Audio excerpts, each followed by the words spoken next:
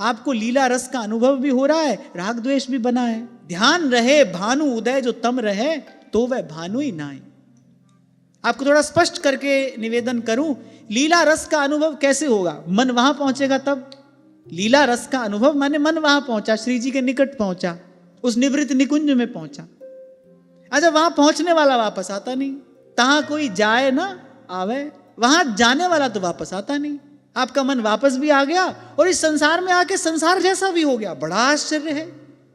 थोड़ी देर पहले आपको श्री जी का अनुभव हो रहा था, थोड़ी देर पहले आपको लीला का अनुभव हो रहा था, थोड़ी देर के बाद आपके मन में राग द्वेष है, कठोर शब्द आप कह रहे हैं, रुक्ष व्यवहार आप कर रहे हैं। तो बड़ा आश्चर्य है। तो ऐसा अनुभव आप ही संभाल कर रखो, क्योंकि ये इसका अंतिम परिणाम क्या है? जन्म गंवायो। मिला तो कुछ नहीं, और मिलने के भ्रम में हमने अपना जन्म जीवन गंवा दिया।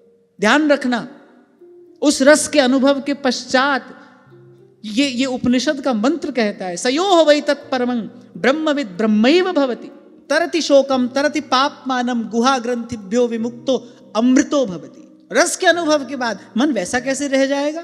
कोई साधारण बात है?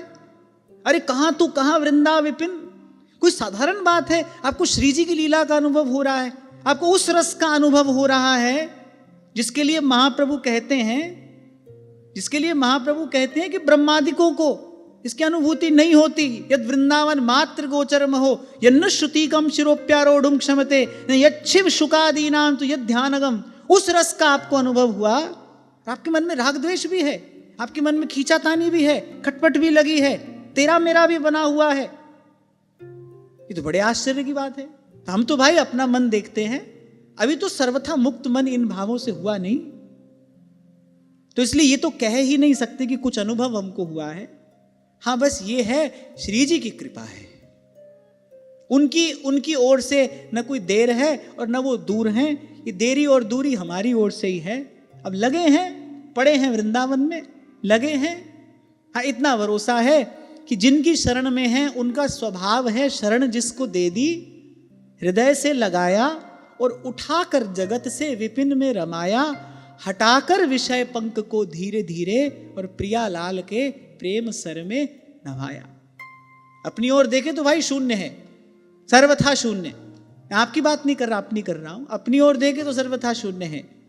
अपन महाप्रभु की ओर देखते हैं तो लगता है भाई बहुत कुछ ऐसा था, देखते ही देखते जीवन से चला गया। और भी कुछ अगर अनुचित होगा तो गुरु की कृपा से वो भी चला जाएगा।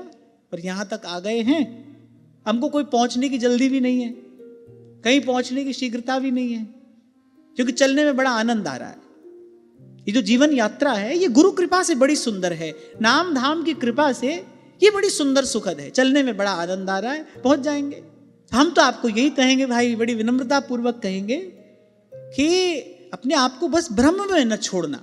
ये दायित्व है तुम्हारा, तुम्हारे प्रति, ये तुम्हारी जिम्मेदारी है तुम्हारे प्रति, ये तुम्हारा कर्तव्य है तुम्हारे प्रति।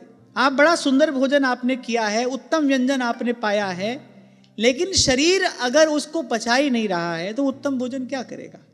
सब ने अपने कर्तव्य का पालन आपके लिए कर दिया, पर आपने अपने कर्तव्य का पालन अपने लिए नहीं किया, तो भाई सब शून्य है, वो सब व्यर्थ है।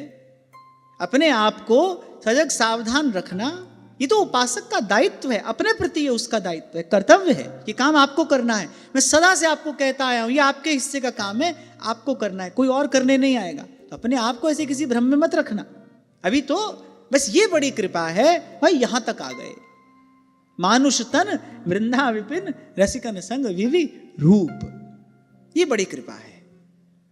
और ये भी बड़ी कृपा ही है, हम चलकर नहीं आए तिनका बयार के बस। वो कृपा की बयार हमको जग जंजाल से छुड़ाकर बचाकर यहां ले आई है।